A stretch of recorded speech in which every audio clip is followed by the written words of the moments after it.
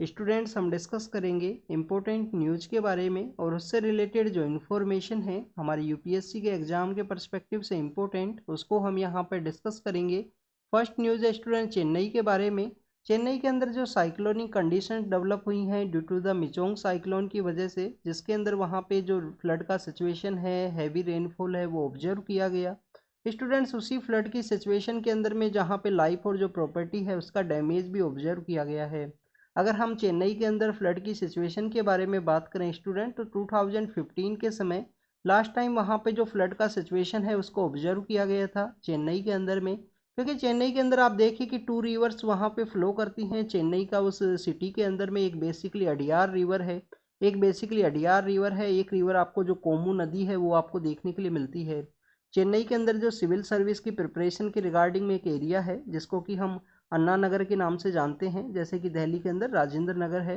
तो अन्ना नगर basically Adyar river के पास ही situated है स्टूडेंट्स अगर हम बात करें हमारे अर्बन एरियाज़ के अंदर फ्लड का जो सिचुएशन है उसके बारे में, तो आप देखिए कि हर एक साल जो मानसून का जो समय है उस समय इंडिया के जो अर्बन एरियाज़ है उसके अंदर जो फ्लड है वो आपको देखने के लिए मिलता है, जिसको कि बेसिकली हम अर्बन फ्लड के रूप से जानते हैं। तो क्या ऐसे रीजन है जिसकी वजह से हमारे इंडिया के जो अर्बन एरियाज़ हैं जिसके अंदर में जो हैवी रेनफॉल के समय में जो फ्लड का सिचुएशन वो क्रिएट होता है, उसके बारे में अगर हम बात करें तो बेसिकली फर्स्ट रीजन है स्टूडेंट्स अनप्लान्ड अर्बनाइजेशन। इंडिया के अंदर जिस तरीके से अनप्लान्ड अर्बनाइजेशन है उसको कैरी आउट किया जाता है, तो वो एक मेन रीजन है जिसके बिहाइंड जिसकी वजह से वाटर लॉगिंग का जो कंडीशन है वो आपको देखने के लिए मिलेगा।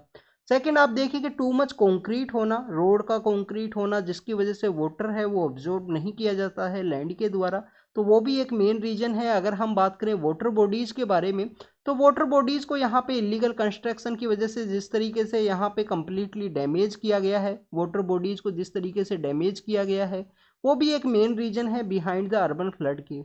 आपको बेसिकली पता होना चाहिए कि अगर हम दिल्ली की ही बात करें तो दिल्ली के अंदर पहले काफ़ी सारे जो पॉन्ड्स हैं, वाटर बॉडीज हैं, वो हुआ करते थे।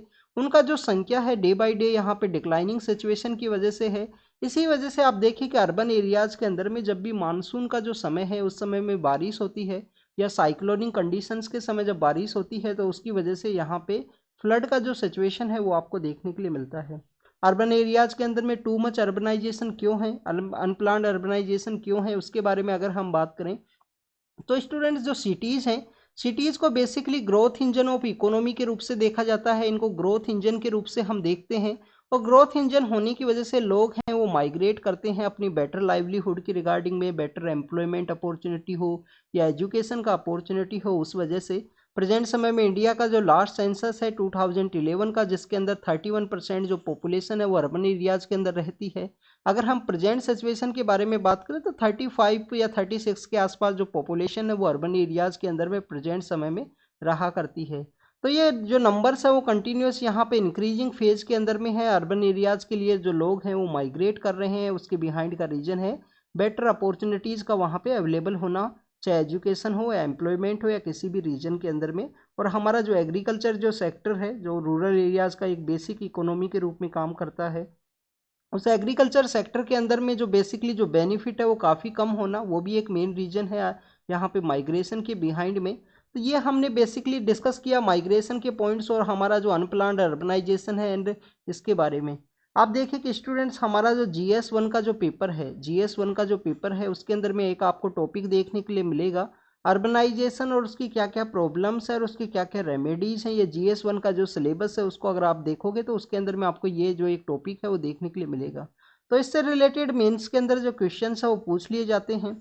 हमने यहाँ पे साइक्लोनिक कंडीशंस के बारे में डिस्कस किया। तो स्टूडेंट्स एक आपको इन्फॉर्मेशन और होनी चाहिए कि हमारा जो ये कोरामंडल का जो कोस्ट है, चेन्नई, पुडुचेरी, आंध्र प्रदेश का जो रीजन है, अंडमान एंड निकोबार तो बेसिकली आइलैंड्स हैं हमारे। तो आप देखिए कि यहाँ पे जो बारिश है, यहाँ पे बारिश आपको अक्टूबर, नवंबर और दिसंबर का जो मंथ है इस समय में आपको देखने के लिए मिलती है। जब हमारी जो मानसून विंड्स हैं जब यहाँ पे विड्रॉ करती हैं, वापस से आता है मानसून की जो विंड्स, तो वो यहाँ पे कम्प्लीटली ड्राई होती हैं। बट इस बे ऑफ बंगाल का जो रीजन है, ये बे ऑफ बंगाल का जो रीजन है यहाँ से अपना जो मॉइस्चर है उसको गेन करती हैं, और उसके बाद में आपको कोरामंडल कोस्ट के ऊपर में जो बारिश है वो देखने के लिए मिलती है।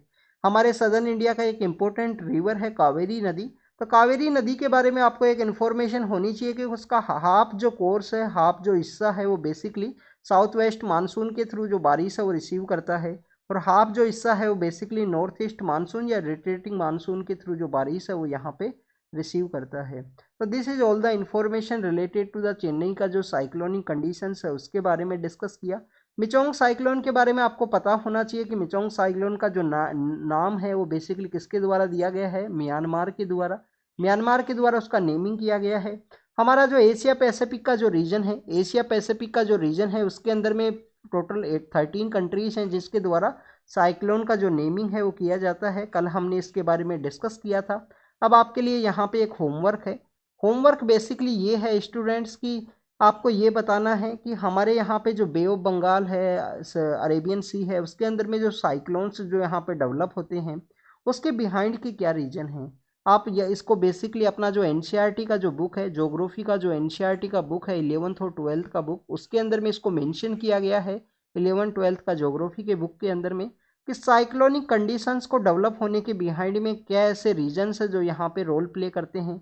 क्या कोरोलिसिस फोर्सेज का कोई रोल है साइक्लोनिक कंडीशंस को डेवलप होने की रिगार्डिंग में। क्या हमारा जो एयर का जो प्रेशर है वो भी एक इम्पोर्टेंट रोल प्ले करता है, अर्थ का जो रोटेशन है उसका भी एक इम्पोर्टेंस है या नहीं है। इन सब पॉइंट्स के बारे में 4-5 जो इम्पोर्टेंट पॉइंट्स हैं उसके बारे में आप कमेंट सेक्शन के अंदर में बताना कि बेसिकली कौन कौन से ऐसे पॉइंट हैं जिसकी वजह से साइक्लोनिक कंडीशंस है जो डेवलप होती हैं, जो कहाँ पे हुई है प्रेजेंट समय में बे ऑफ बंगाल के रीजन के अंदर में, और म्यांमार के द्वारा उसका नाम दिया गया मिचोंग साइक्लोन। नेक्स्ट अगर हम बात करें स्टूडेंट्स मिजोरम के बारे में है। आप देखिए कि मिजोरम का जो 5 स्टेट्स के साथ में जो इलेक्शंस है उसको कैरी आउट किया गया था, उस इलेक्शंस का जो रिजल्ट है वो कल अनाउंस किया गया। उसके बिहाइंड के रीजन ये हैं कि मैक्सिमम जो स्टेट्स हैं 4 स्टेट्स का 3 का जो डेट है 3 दिसंबर को, यहाँ पे 3 दिसंबर को अनाउंस किया गया, और मिजोरम का जो है वो 4 दिसंबर को। उसके बिहाइंड में वहाँ पे क्रिश्चियन कम्युनिटी का डोमिनेशन है, उनका एक प्रेयर है जिसको ऑर्गेनाइज किया गया था 3 दिसंबर के दिन में। उसी वजह से जो रिजल्ट्स हैं उनको एक दिन लेट यहाँ पे अनाउंस किया गया इलेक्शन कमीशन के द्वारा। तो मिजोरम के अंदर जो एक रीजनल पार्टी है जेडपीएम वो यहाँ पे पावर के अंदर में आई है प्रेजेंट समय में। एक एक्स ब्यूरोक्रेट हैं, एक एक्स आईएएस ऑफिसर हैं जिनके द्वारा ये पॉलिटिकल पार्टी है वो वहाँ पे चलाई जाती है मिजोरम के रीजन के अंदर में। स्टूडेंट्स स्टेट रीऑर्गेनाइजेशन एक्ट आपने रीड किया होगा। मिजोरम को जो स्टेट का जो स्टेटस है वो कब दिया गया था इसके बारे में आपको पता होना चाहिए। आप देखिए कि जब भी हम रीड करते हैं नॉर्थ ईस्ट का जो मैप है उसको चेंज करने के बाद में पहले एक आसाम नाम का स्टेट हुआ करता था, उसके बाद में आप देखिए कि अलग अलग जो स्टेट्स हैं वो यहाँ पे इस्टेब्लिशमेंट के अंदर में आएंगे। आप देखिए कि 1962 के अंदर में 1962 के अंदर में जो नागालैंड है, 1962 के अंदर जो नागालैंड है वो यहाँ पे इस्टेब्लिशमेंट के अंदर में आएगा। तो इसके अलावा स्टूडेंट्स अगर हम बात करें 1972 के अंदर में 1972-73 के समय में यहाँ पे नॉर्थ ईस्ट का जो मैप है वो चेंज होगा। 3 स्टेट्स हैं वो पावर के अंदर, यहाँ पे 3 जो एरियाज हैं जिनको स्टेट का जो स्टेटस है वो दे दिया जाएगा। इसके अंदर एक मेघालय है, मेघालय के अलावा आप देखिए कि मणिपुर है, मेघालय के अलावा यहाँ पे मणिपुर है, और त्रिपुरा को जो स्टेट है 1972 के समय बना दिया गया था। मेघालय है, मणिपुर है, और त्रिपुरा को जो स्टेट है वो कब बना दिया गया 1972 के समय में। उसके बाद में देखिए कि यहाँ पे उसी समय में जब 1972 के अंदर मेघालय, मणिपुर और त्रिपुरा को जो स्टेट है वो बनाया गया, उस समय में 2 यूनियन टेरिटरी हैं उनको भी बनाया गया था। एक यूनियन टेरिटरी आप जो फार ईस्ट के जो स्टेट्स हैं उनका ऑब्जर्व करोगे तो सबसे टॉप के ऊपर कौन है, अरुणाचल प्रदेश। एक अरुणाचल प्रदेश को यहाँ पे यूनियन टेरिटरी बनाया गया था, और सबसे डाउन साइड में कौन है, फार ईस्ट के अंदर में मिजोरम। तो मिजोरम को भी यहाँ पे यूटी है, यूनियन टेरिटरी है, वो बनाया गया। उसके बाद में एक आप देखिए कि जो 7 स्टेट्स हैं इनके साथ में एक यहाँ पे 8 नंबर पे जो सिक्किम है, सिक्किम को आप देखिए कि 1975 के समय ऐड किया गया एज ए एसोसिएट स्टेट के रूप में।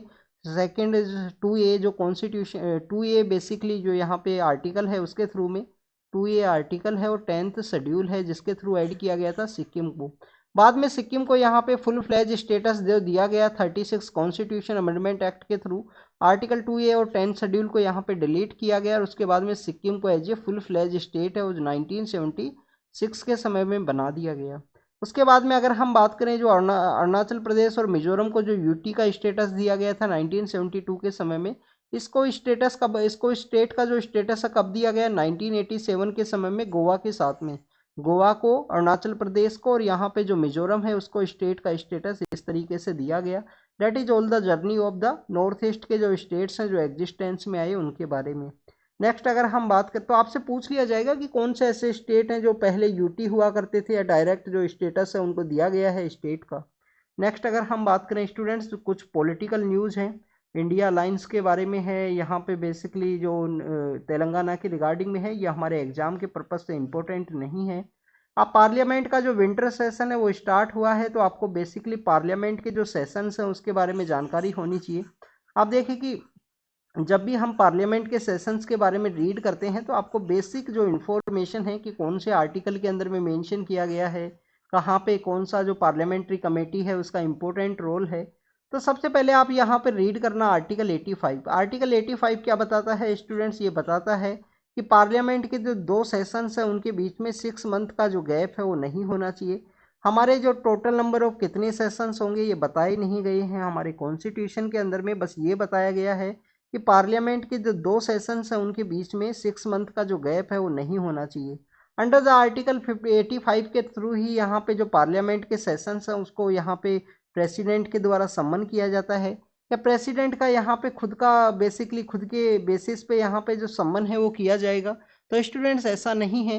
Cabinet committee on parliamentary affair है, cabinet committee on parliamentary affair है जिनके द्वारा, cabinet committee on parliamentary affair है जिनके द्वारा प्रेसिडेंट को सजेस्ट किया जाएगा, उसी के बाद में प्रेसिडेंट के द्वारा सम्मन किया जाता है। अंडर द आर्टिकल 85 के अंडर में पार्लियामेंट का जब सम्मन होगा उसके बाद में आपको 2-3 वर्ड्स और हैं जिनके बारे में पता होना चाहिए। एडजर्नमेंट है, प्रोरोगेशन है, और प्रोरोगेशन के अलावा कोरम के बारे में भी आपको पता होना चाहिए। कोई भी पार्लियामेंट का जो मीटिंग है वो यहाँ पे 10% के आसपास जो मेंबर ऑफ पार्लियामेंट्स है वो होनी चाहिए ड्यूरिंग द मीटिंग। अगर उससे कम है कोरम का, अगर यहाँ पे कंप्लीट नहीं होता है तो मीटिंग को यहाँ पे कंटिन्यू नहीं किया जाएगा। 10% से कम अगर लोग वहाँ पे प्रेजेंट हैं तो। नेक्स्ट अगर हम बात करें एडजर्नमेंट के बारे में, तो एडजर्नमेंट बेसिकली यहाँ पे कुछ देर के लिए होगा स्टूडेंट्स। यहाँ पे टाइम बताया जाता है, जो सिटिंग ऑफिसर हैं उनके द्वारा एडजर्नमेंट किया जाएगा।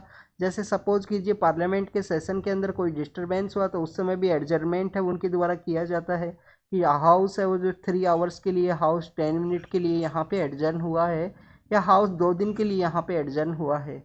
तो this is all the conditions of adjournment कि वहाँ पे टाइम बताया जाता है। इसके अलावा आपको जो प्रोरोगेशन है उसके बारे में पता होना चाहिए। एडजर्नमेंट सिंडाई के बारे में भी आपको पता होना चाहिए, वो किसके द्वारा यहाँ पे किया जाता है, ये आप कमेंट सेक्शन के अंदर में बताना।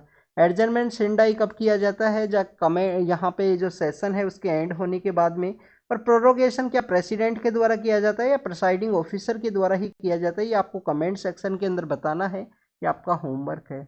नेक्स्ट अगर हम बात करें मणिपुर के बारे में, तो वहाँ पे देखिए कि एक इंसर्जेंट ऑर्गेनाइजेशन के द्वारा जो पीस का जो डील है वो साइन किया गया था। अभी वहाँ पे आसाम राइफल्स को 13 जो बॉडीज है वो मिली हैं म्यांमार का जो बॉर्डर है उसके पास में। तो उसी से रिलेटेड न्यूज़ है जो कंटिन्यूस डिस्टर्बेंस के अंदर में जा रहा है पिछले 6 मंथ से मणिपुर का जो रीजन है उसके बारे में। नेक्स्ट अगर हम बात करें मणिपुर के बारे में है, मणिपुर के कुछ स्टूडेंट जो केरल के अंदर पढ़ने के लिए गए थे उन्हीं के रिगार्डिंग में जो न्यूज़ है उसको यहाँ पे मेंशन किया गया है। उस एथनिक वायलेंस की सिचुएशन के अंदर केरल के द्वारा उन स्टूडेंट्स को अलाउ किया गया, तो उनको बेसिकली यहाँ पे सपोर्ट के रिगार्डिंग में जो न्यूज़ है उसको पब्लिश किया गया है, तो कि मोर फंड्स है उनको यहाँ पे अलोकेट किया जाए। नेक्स्ट अगर हम बात करें नेशनल ह्यूमन राइट कमीशन के बारे में है, NHRC के द्वारा यहाँ पे जो गुजरात का जो सूरत का जो रीजन है उसके अंदर में फैक्ट्री के अंदर में जो ब्लास्ट हुआ उसके रिगार्डिंग में जो जवाब है वो मांगा गया है गुजरात गवर्नमेंट से। अब आपको NHRC के बारे में पता होना चाहिए। नेशनल ह्यूमन राइट कमीशन 1993 के अंदर में इस स्टैट्यूटरी ऑर्गेनाइजेशन को इस्टेब्लिश किया गया, और ये काम करता है बेसिकली जो पेरिस का जो प्रिंसिपल्स हैं, पेरिस के जो प्रिंसिपल हैं ह्यूमन राइट्स के रिगार्डिंग में, उसके ऊपर में ये काम है जो करता है national human right commission. National human right commission के बेसिकली एक चेयरमैन होते हैं, बेसिकली एक पर्सन यहाँ पे चेयरमैन होते हैं। चेयरमैन के अलावा आपको 5 हैं जो मेंबर्स आपको देखने के लिए मिलते हैं, 5 आपको यहाँ पे मेंबर्स देखने के लिए मिलते हैं, और कुछ यहाँ पे जो 7 है वो यहाँ पे डीम्ड मेंबर के रूप में भी इसके हुआ करते हैं। जैसे नेशनल कमीशन फॉर वुमेन्स है, ST है, उसके जो पर्सन है वो 7 ऐसे मेंबर्स हैं, उसके जो लोग हैं वो डीम मेंबर इसके हुआ करते हैं नेशनल ह्यूमन राइट कमीशन के। बेसिकली आप देखें कि 2019 के समय इसको अमेंड किया गया था एनएचआरसी के एक्ट के अंडर में, जिसमें चेयरमैन में बताया गया क्या तो हमारा एक्स सीजीआई या हमारे सुप्रीम कोर्ट के जो जज हैं वो भी बेसिकली यहाँ पे चेयरमैन हो सकते हैं एनएचआरसी के। पहले ओनली सीजीआई हुआ करते थे। इसके अलावा जो 5 मेंबर्स का जो कंडीशंस है उसके अंदर भी लिटिल बिट चेंज किया गया कि हाई कोर्ट और जो सुप्रीम कोर्ट के जो जज हैं वो यहाँ पे उनको ऐड किया जाता है एज ए 5 मेंबर के रूप में। एक इसके अलावा आपको एज के बारे में पता होना चाहिए कि 3 ईयर का टेन्योर है, 70 ईयर्स यहाँ पे मैक्सिमम एज है एनएचआरसी का जो चेयरमैन है उसके बनने की रिगार्डिंग में। अगर हम बात करें एनएचआरसी का जो चेयरमैन है उसको यहाँ पे जो सिलेक्ट कमेटी है प्रेसिडेंट के द्वारा इनका अपॉइंटमेंट किया जाता है, बट इनका एक सिलेक्ट कमेटी है वो भी आपको देखने के लिए मिलता है। तो सिलेक्ट कमेटी के बारे में आपको यहाँ पे पता होना चाहिए कि सिलेक्ट कमेटी का जो यहाँ पे कौन कौन इसका पार्ट है। तो आप देखिए सिलेक्ट कमेटी के अंदर पीएम हुआ करते हैं, मिनिस्ट्री ऑफ होम अफेयर्स हैं, पीएम है, मिनिस्ट्री ऑफ अफेयर्स हैं। इसके अलावा जो लीडर ऑफ अपोजिशन है, लीडर ऑफ अपोजिशन में कौन है, लोकसभा और राज्यसभा के दो लीडर ऑफ अपोजिशन है, डिप्टी चेयरमैन है। इसके अलावा यहाँ पे अगर हम बात करें जो basically student speaker of Lok Sabha भी इस कमेटी का पार्ट हैं जिनके द्वारा चेयरमैन और एनएचआरसी के जो मेंबर्स हैं उनका सिलेक्शन किया जाता है, जिनको प्रेसिडेंट के द्वारा अपॉइंट किया जाएगा। एनएचआरसी का यहाँ पे सबसे बड़ा ड्रॉबैक क्या है, एक तो इसको टूथलेस टाइगर है वो, इसके एक्स जो पर्सन हुआ करते थे एचएल दत्तू सर हैं हमारे जो सीजीआई हुआ करते थे उनके द्वारा कहा गया था। नेक्स्ट आप देखें कि इनके द्वारा 1 ईयर का एक यहाँ पे लिमिटेशन है कि 1 ईयर की कोई न्यूज़ है उसको ये एग्जामिन किया जाता है इनके द्वारा। कोई भी न्यूज़ है उसका कोग्निजेंस लिया जा सकता है, उसको यहाँ पे ऑब्जर्व किया जा सकता है इनके द्वारा, कोई ह्यूमन राइट का वहाँ पे कंडीशन का वायलेशन हुआ हो तो। नेक्स्ट अगर हम बात करें स्टूडेंट्स यहाँ पे है बेसिकली कतर के रिगार्डिंग में अपोजिशन पार्टीज के द्वारा कहा गया कतर के रिगार्डिंग में गवर्नमेंट को बेसिकली वर्क करना चाहिए। कतर में जो हमारे इंडियंस वहाँ पे फंसे हुए हैं उनको बेसिकली डेथ पेनल्टी से बचाने की ज़रूरत है इंडिया को अपने जो रिलेशंस है उसको यूज़ करते हुए। तो ये कतर के बारे में अपोजिशन पार्टीज के द्वारा कहा गया है ऑनरेबल पीएम सर को। नेक्स्ट अगर हम बात करें पोस्ट ऑफिस एक्ट को राज्यसभा के थ्रू पास कर लिया गया है। पोस्ट ऑफिस एक्ट क्या है, 1898 के समय में जो पोस्ट ऑफिस एक्ट हुआ करता था उसको यहाँ पे अमेंड उसको बेसिकली ये रिप्लेस करेगा प्रेजेंट समय का जो पोस्ट ऑफिस एक्ट है उसके द्वारा। स्टूडेंट्स इस पोस्ट ऑफिस एक्ट के अंदर में एक सेक्शन है सेक्शन 9। सेक्शन 9 के अंदर में यहाँ पे बेसिकली जो ऑफिसर है उसको पावर दे दी गई है कि उसके द्वारा इंडिया का जो नेशनल सिक्योरिटी है उसके पर्सपेक्टिव में उस कोई भी पोस्ट है उसका एग्जामिन किया जा सकता है, उसको इन्वेस्टिगेट किया जा सकता है उसके रिगार्डिंग में। तो आप देखें कि यहाँ पे अपोजिशन पार्टीज के द्वारा जो राइट टू प्राइवेसी का जो प्रोविजन है जो के एस पुट्टा स्वामी केस के अंडर में हमारा जो फंडामेंटल राइट का भी पार्ट है, तो उसके अंडर में बेसिकली यहाँ पे उसको अपोज किया गया अपोजिशन पार्टीज के द्वारा। यहाँ पे पोस्ट ऑफिस की जो कंडीशंस है, नंबर ऑफ पोस्ट ऑफिस जो इंक्रीज हुए हैं उनके बारे में बात की गई है। अब पोस्ट ऑफिस का जो डोमेन है, एरियाज है, उनको यहाँ पे इंक्रीज किया जाएगा इस एक्ट के थ्रू में। नेक्स्ट अगर हम बात करें स्टूडेंट्स बेसिकली आपको पता होना चाहिए कि हमारा जो सिविल सर्विस है उसके भी अंदर इंडियन पोस्टल सर्विस है वो आपको देखने के लिए मिलती है। हमारे जो सिविल सर्विस के एग्ज़ाम के अंदर भी एक इंडियन पोस्टल सर्विस है, 4 या 5 नंबर पे है ये सर्विस जो जिसके अंदर भी लोग हैं जो सिलेक्ट होते हैं। और आप देखें कि इंडियन पोस्टल सर्विस का एक इन्वेस्टिगेशन का जो ऑफिस है वो हुआ करता है दिल्ली के अंदर, मयूर विहार का रीजन है वहाँ पे इंडियन पोस्टल ऑफिस जब पहले के ज़माने में पोस्ट के थ्रू ही जो कम्युनिकेशन है वो किया जाता था। तो इंडियन पोस्टल सर्विस के जो ऑफिसर्स हैं वो बेसिकली इस इन्वेस्टिगेशन का भी पार्ट हुआ करते थे, या कोई फॉरेन कंट्री के द्वारा कोई मैसेज है उसको यहाँ पे डिलीवर किया गया है या किसी ना किसी रीजन के थ्रू में।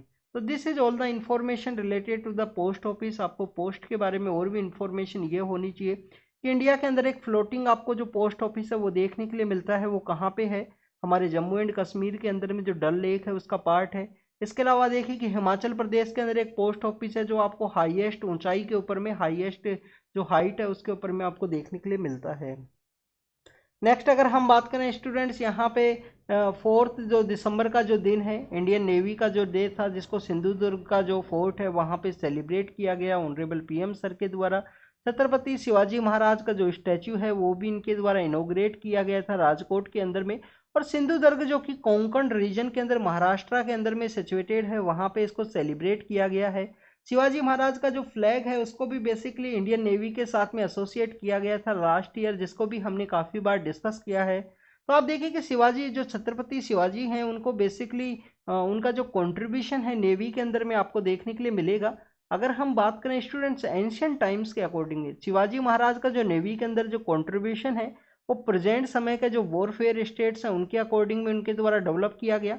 और अगर आप एंशियंट टाइम्स के अकॉर्डिंग में बात करोगे तो आप देखिए कि चोला एम्पायर जो हुआ करता था, चोला एम्पायर जो हुआ करता था एंशियंट टाइम के अंदर में, तो चोला एम्पायर के अंदर भी जो नेवी है वो आपको काफ़ी सही देखने के लिए मिलती है। जैसे कि जो राजा राजा चोल है, राजेंद्र चोल है, उनके समय में वहाँ पे काफ़ी अच्छा जो नेवी का जो डेवलपमेंट है वो आपको देखने के लिए मिलेगा।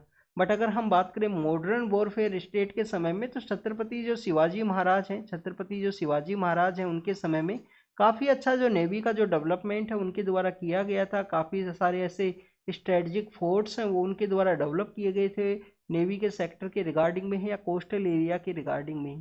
तो this is all the information related to the Shivaji Maharaj Sindhudurg का जो फोर्ट है उनके बारे में डिस्कस किया ऑनरेबल पीएम सर के द्वारा। वुमेन्स का जो डिफेंस फोर्सेज के अंदर जो पार्टिसिपेशन है, स्ट्रेंथनिंग है, उसके बारे में इनके द्वारा बात की गई। आप देखें कि 2020 का एक केस है जिसके अंदर में बेसिकली वुमेन्स का जो एंट्री है उसको अलाउ किया गया था। अगर हम बात करें सीडीएस का एग्जाम के पर्सपेक्टिव से ही, तो पहले सीडीएस के अंदर में आप देखिए कि ओटीए ऑफिसर ऑन ट्रेनर का जो कॉन्सेप्ट है उसी के अंदर में वुमेन्स उनका रिक्रूटमेंट आपको देखने के लिए मिलता था।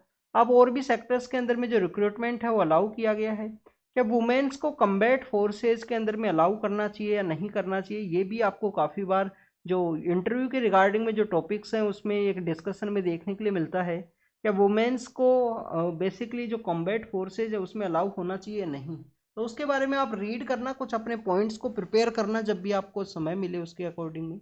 नेक्स्ट अगर हम बात करें पीएम आवास योजना के बारे में है, तो जो सेंटर की जो मिनिस्ट्रीज हैं उनके द्वारा कहा गया है, मिनिस्ट्री ऑफ अर्बन अफेयर्स है, मिनिस्ट्री ऑफ होम अफेयर्स है, उनके द्वारा कि पीएम आवास योजना का जो बेसिकली लोगो है वो हर एक घर के ऊपर होना चाहिए, जिसको कि बेसिकली इस स्कीम के थ्रू बनाया गया है।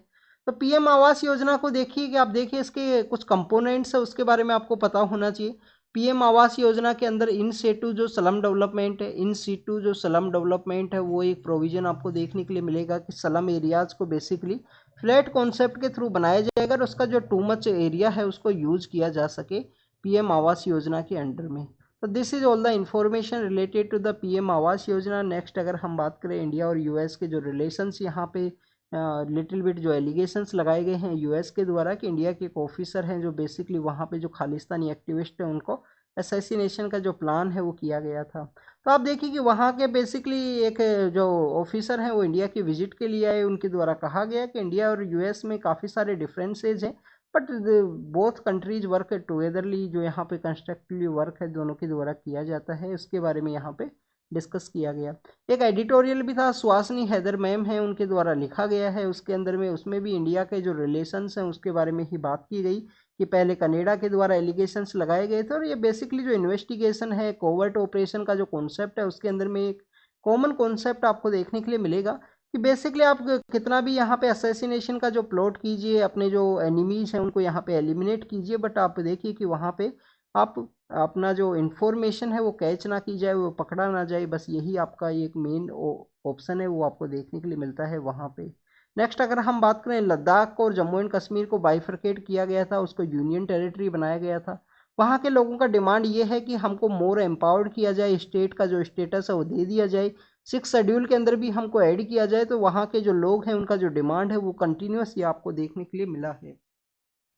नेक्स्ट अगर हम बात करें जो राघव चड्ढा हैं, आम आदमी पार्टी के एक मेंबर ऑफ पार्लियामेंट है राज्यसभा के अंदर में, उनको बेसिकली यहाँ पे जो सस्पेंड किया गया था पार्लियामेंट से, उनको यहाँ पे अलाउ किया गया है। तो ये बेसिकली उनके रिगार्डिंग में इंफॉर्मेशन है। आप देखिए कोर्ट के लिए भी अप्रोच किए थे, कोर्ट के अंदर भी कहा गया था कि इनके द्वारा कि इनको इंडेफिनेट टाइम के लिए जो बेसिकली सस्पेंड किया गया वो नहीं करना चाहिए।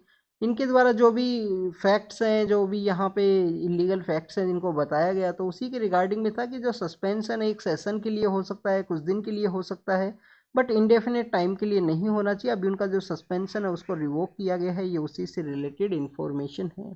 नेक्स्ट आपको सस्पेंशन के बारे में पता होना चाहिए कि हाउस के जो रूल्स हैं उसके अकॉर्डिंग में जो सस्पेंशन है वो किया जाता है। हाउस के जो रूल्स हैं, चाहे लोकसभा के डिफरेंट है, राज्यसभा के डिफरेंट है, तो उनके रूल्स के थ्रू जो सस्पेंशन है वो आपको देखने के लिए मिलता है किसी भी मेंबर ऑफ पार्लियामेंट का।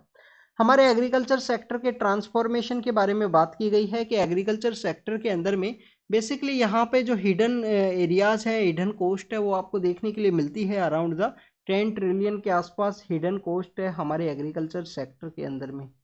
10 ट्रिलियन, ये बेसिकली किसके द्वारा डाटा रिलीज किया गया है? फाओ जो है, फूड एंड एग्रीकल्चर ऑर्गेनाइजेशन, उसका जो रिपोर्ट है उसके द्वारा।